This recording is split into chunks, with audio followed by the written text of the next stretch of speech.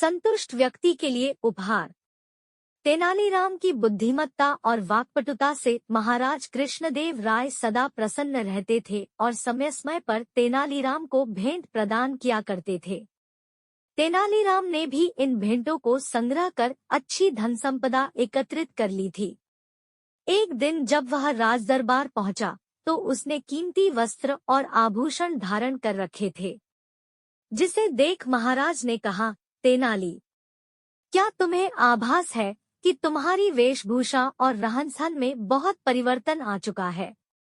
प्रारंभ में तुम्हारी वेशभूषा अति साधारण रहा करती थी। क्या बात है? तेनालीराम ने उत्तर दिया, महाराज, समय के साथ मनुष्य की वेशभूषा और रहन-सहन परिवर्तित होती है और इसमें धन की विशेष भूमिका रहती है। आपके द्वारा दी गई भेंटों से मैंने पर्याप्त बचत की है। उन्हें ही खर्च कर मैं ऐसी वेशभूषा धारण कर पा रहा हूँ। तो इसका अर्थ ये हुआ कि तुम्हारे पास धन की कोई कमी नहीं है। इस स्थिति में तो तुम्हें दान पुण्य करना चाहिए, महाराज बोले। ये सुनकर तेनालीराम बात पलटते हुए बोला, महाराज, धन मेरे पास अवश्य है, किंतु इतना नहीं कि उसमें से दान पुण्य कर सकूं। तेनालीराम की ये बात महाराज को खटक गई। उन्होंने उसे लताड़ा कि राज्य के मुख्य सलाहकार के पद पर होते हुए उन्हें ऐसी बातें शोभा नहीं देती। तेनालीराम क्या करता? क्षमा याचना करते हुए बोला, महाराज, क्षमा करें, मैं अवश्य दान करूंगा। आप ही मुझे बताएं कि मुझे क्या दान करना चाहिए।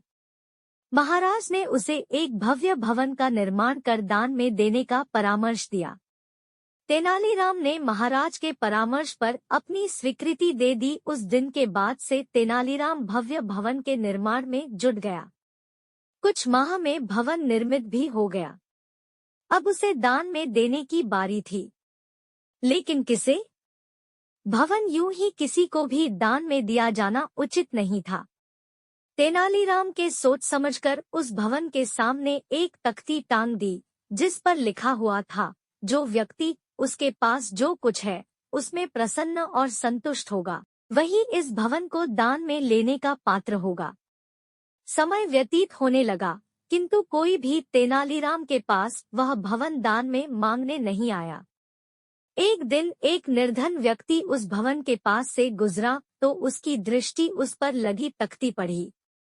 तख्ती पढ़कर वह सोचने लगा कि इस नगर के लोग कितने मूर्ख हैं, जो इस भवन को दान में मांगने नहीं जाते। क्यों न मैं ही इस भवन को मांग लूं? वह तेनालीराम के पास पहुंचा और उससे भवन दान में देने की याचना करने लगा। तेनालीराम ने पूछा, क्या तुमने भवन पर लगी हुई तख्ती पढ़ी है? हाँ, मैंने एक एक शब्द पढ़ा है, निर्धन व्यक्ति बोला। तो क्या तुम्हारे पास जो कुछ है, तुम उसमें प्रसन्न और संतुष्ट हो? तेनालीराम ने फिर से पूछा। मैं पूर्णतः संतुष्ट हूँ, निर्धन व्यक्ति ने उत्तर दिया। तो फिर तुम्हें इस भवन की क्या आवश्यकता है? यदि तुम्हें इसकी आवश्यकता है, तो फिर तुम्हारी ये बात झूठी है कि तुम अपने जीवन में उपलब्ध चीजों से संतुष्ट हो। ऐसे में तुम इस भवन को दान में लेने के पात्र नहीं हो। तेनालीराम की बात सुनकर निर्धन व्यक्ति अपना सा मुंह लेकर चला गया। उसके बाद कभी कोई उस भवन को दान में मांगने नहीं आया। कई दिन बीत जाने पर भी भवन दान में न दिए जाने की बात जब महाराज के कानों में नहीं पड़ी, तो उन्होंने तेनालीराम को बुलाया और इसका कारण पूछा। तेनालीराम ने सारी बात बता दी। महाराज यह बात सुन हंस पड़े कि तेनालीराम अपनी बुद्धिमत्ता से दान देने से भी बच गया। फिर उन्होंने पूछा कि अब इस भवन का क्या करोगे? तो तेनालीराम बोल पड़ा, किसी दिन शुभ मुहूर्त देखकर गृह प्रवेश करूंगा। मेंढक और बैल की कहानी। एक मेंढक अपने 3 बच्चों के साथ जंगल में नदी किनारे रहता था। उन चारों की दुनिया जंगल और नदी तक ही सीमित थी। बाहरी दुनिया से उनका कोई वास्ता नहीं था। खाते पीते बड़े आराम और मजे से उनका जीवन कट रहा था। मेंढक हृष्टपुष्ट था। उसके बच्चों के लिए वह दुनिया का सबसे विशालकाय जीव था। वह रोज उन्हें अपनी बहादुरी के किस्से सुनाता और उनकी प्रशंसा पाकर फूला नहीं समाता था। एक दिन मेंढक के तीनों बच्चे घूमते घूमते जंगल के पास स्थित एक गांव में पहुंच गए। वहां उनकी दृष्टि एक खेत में चरते हुए बैल पर पड़ी। इतना विशालकाय जीव उन्होंने पहले कभी नहीं देखा था। वे कुछ डरे, किंतु उसकी विशाल काया को देखते रहे। तभी बैल ने हुंकार भरी और मेंढक के तीनों बच्चे डर के मारे उल्टे पांव भागते हुए अपने घर आ गए। बच्चों को डरा हुआ देखकर जब मेंढक ने कारण पूछा, तो उन्होंने विस्तारपूर्वक बैल के बारे में बता दिया। इतना बड़ा जीव हमने आज से पहले कभी नहीं देखा। हमें लगता है दुनिया का सबसे विशालकाय जीव आप नहीं, वह है। अपने बच्चों की बात सुनकर मेंढक को बुरा लगा। उसने पूछा, वह जीव दिखने में कैसा था? उसके 4 बड़े बड़े पैर थे, एक लंबी सी पूंछ थी, 2 नुकीले सींग थे। शरीर तो इतना बड़ा कि आपका शरीर उसके सामने कुछ भी नहीं, बच्चे बोले। यह सुनकर मेंढक के अहंकार को जबरदस्त ठेस पहुंची। उसने जोर के सांस खींची और हवा भरकर अपना शरीर फुला लिया। फिर बच्चों से पूछा, क्या वह इतना बड़ा था? नहीं, इससे बहुत बड़ा, बच्चे बोले।